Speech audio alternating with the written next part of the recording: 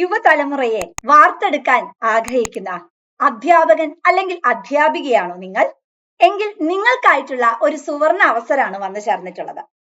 AWESന്റെ കീഴിലുള്ള army public സ്കൂളിൽ നിങ്ങൾക്ക് അധ്യാപകരാകാം. കൊച്ചി, തിരുവനന്തപുരം, കണ്ണൂർ എന്നിവിടങ്ങളിലാണ് ആർമി പബ്ലിക് സ്കൂൾ നോട്ടിഫിക്കേഷൻ പുറപ്പെടുവിച്ചിട്ടുള്ളത്. ഒക്ടോബർ 25 വരെയാണ് നിങ്ങൾക്ക് അപ്ലൈ ചെയ്യാനായിട്ട് സാധിക്കുന്നത്.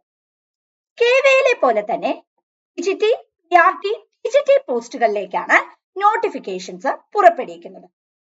PGTക്ക് നിങ്ങൾ അപ്ലൈ ചെയ്യുന്ന സമയത്ത് നിങ്ങൾക്ക് PGക്ക് 50% മാർക്ക്, BEdന് 50% മാർക്ക് ഉണ്ടായിരിക്കണം. TGTക്കാണ് നിങ്ങൾ അപ്ലൈ ചെയ്യുന്നതെങ്കിൽ നിങ്ങൾക്ക് ഗ്രാജുവേഷന് 50% മാർക്ക്, BEdന് 50% മാർക്ക് ഉണ്ടായിരിക്കണം. PRTക്കാണ് നിങ്ങൾ അപ്ലൈ ചെയ്യുന്നതെങ്കിൽ നിങ്ങൾക്ക് ഗ്രാജുവേഷന് 50% മാർക്കും അതുപോലെ DELD അല്ലെങ്കിൽ BELD ക്വാളിഫിക്കേഷൻ നിങ്ങൾക്ക് ഉണ്ടായിരിക്കും. ഇവിടെ കൃത്യമായി പറയുന്നുണ്ട് യോഗ്യത ബന്ധപ്പെട്ട വിഭാഗത്തിൽ ബിരുദം അല്ലെങ്കിൽ PG. ബിരുദം അപ്ലൈ ചെയ്യുന്നത് ഈ TGT അല്ലെങ്കിൽ PRT മേഖലയിലേക്ക് വരുമ്പോഴാണ്. നിങ്ങൾ സപ്പോസ് PGT ആണ് അപ്ലൈ ചെയ്യുന്നതെങ്കിൽ PG നിർബന്ധമാണ്. BEd നിയമനം ലഭിക്കുമ്പോൾ CTET അല്ലെങ്കിൽ TET യോഗ്യത എന്ന് പറയുന്നത് വളരെ ഇമ്പോർട്ടന്റ് ആണ്. അപ്പൊ CTETന്റെ ഇമ്പോർട്ടൻസ് ഒക്കെ മനസ്സിലായി കഴിഞ്ഞു അല്ലെ? 40-ൽ താഴെ മാത്രമായിരിക്കണം നിങ്ങളുടെ ഏജ് എന്ന് പറയുന്നത്. അതുപോലെ തന്നെ ഓരോ കാറ്റഗറിക്ക് അനുസരിച്ചും അവർ കൺസെഷൻസ് പറയുന്നുണ്ട്. ഇനി പ്രവൃത്തി പരിചയമുള്ളവർക്കാണെങ്കിൽ 57-ൽ താഴെ നിങ്ങളുടെ ഏജ് കാറ്റഗറി വന്നാലും മതി. അപ്പൊ ഇതിന്റെ 2 ഭാഗങ്ങളായിട്ടാണ് പരീക്ഷ വരുന്നത്.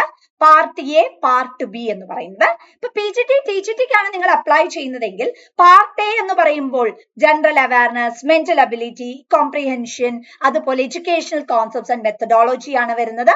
പാർട്ട് B എന്ന് പറയുന്നത് സ്പെസിഫിക് ആയിട്ടുള്ള സബ്ജക്റ്റ് ആണ്.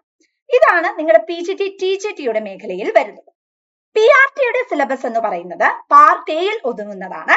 അതായത് അത്രത്തോളം വലിയ TGTയും PGTയുമായിട്ട് റിലേറ്റ് ചെയ്യുമ്പോൾ അത്രത്തോളം ഒരു വലിയ ക്വസ്റ്റ്യൻസോ അല്ലെങ്കിൽ വലിയ ബേസിസോ ഒന്നും തന്നെ PRTയിൽ വരാറില്ല.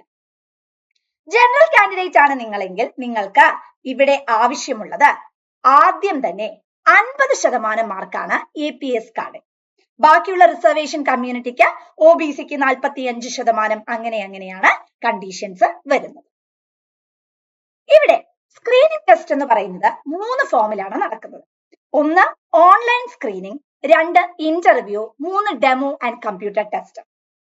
ഈ ഓൺലൈൻ സ്ക്രീനിംഗ് എന്ന് പറയുന്നതാണ് ആദ്യമായി നടക്കുന്ന പ്രോസസ്. അവിടെയാണ് APS സ്കോർ കാർഡ്സ് നിങ്ങൾ ഡൗൺലോഡ് ചെയ്യുന്നത്. അതിനുശേഷം AWESന്റെ ഈ പോർട്ടൽ വഴിയാണ് ഇന്റർവ്യൂ നോട്ടിഫിക്കേഷൻസ് വരുന്നത്. അതിനുശേഷം ഡെമോയും കമ്പ്യൂട്ടർ ടെസ്റ്റുമാണ് നടക്കുന്നത്. ഏകദേശം 200 ചോദ്യങ്ങളാണ് ഈ ഒരു മേഖലയിലുള്ളത്. അതിനെ 100 മാർക്കിലേക്ക് കൺവേർട്ട് ചെയ്തിട്ടാണ് ഇവാലുവേഷൻ നടത്തുന്നത്.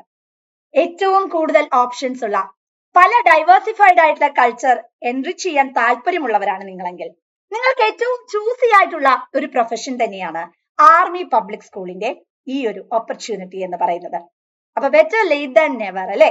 അപ്പൊ നിങ്ങൾ നല്ലൊരു അധ്യാപകൻ അല്ലെങ്കിൽ അധ്യാപികയായി ഒരുപാട് കുട്ടികളെ, പല തരത്തിലുള്ള കുട്ടികളെ, പല ഏരിയയിൽ നിന്നുള്ള കുട്ടികളെ പഠിപ്പിച്ച് വാർത്തെടുക്കാൻ താല്പര്യരാണെങ്കിൽ നിങ്ങൾക്ക് ഏറ്റവും ചൂസി ആയിട്ടുള്ള ഒരു പ്രൊഫഷനാണ് ആർമി പബ്ലിക് സ്കൂൾ എക്സാം എന്ന് പറയുന്നത്. അപ്പൊ ഇതിനെക്കുറിച്ച് കൂടുതൽ ഡീറ്റെയിൽസ് അറിയണം അല്ലെ? അപ്പൊ ഇതിനെക്കുറിച്ചുള്ള കൂടുതൽ ഡീറ്റെയിൽസുമായി നമ്മൾ അടുത്തൊരു വീഡിയോയിൽ വരുന്നതായിരിക്കും. ഓൾറെഡി എൻട്രി ഈ കോഴ്സ് ലോഞ്ച് ചെയ്യാനായിട്ട് പോവാണ്. അപ്പൊ എന്ത് ചെയ്യുക? സ്റ്റാർട്ട് ചെയ്യുക നമ്മുടെ പ്രിപ്പറേഷൻ അല്ലെ?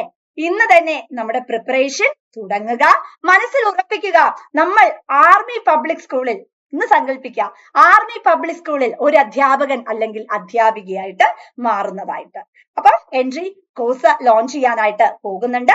ഇതിനെക്കുറിച്ചുള്ള വളരെ ഡീറ്റെയിൽഡ് ആയിട്ടുള്ള ഇൻഫർമേഷൻ ഇനി പറയുന്ന വീഡിയോസിൽ വരുന്നതായിരിക്കും. So stay tuned. ചാനൽ ആദ്യമായിട്ട് കാണുന്നവരാണെങ്കിൽ സബ്സ്ക്രൈബ് ചെയ്യുക, ബെൽ ബട്ടൺ അമർത്തുക. Thank you.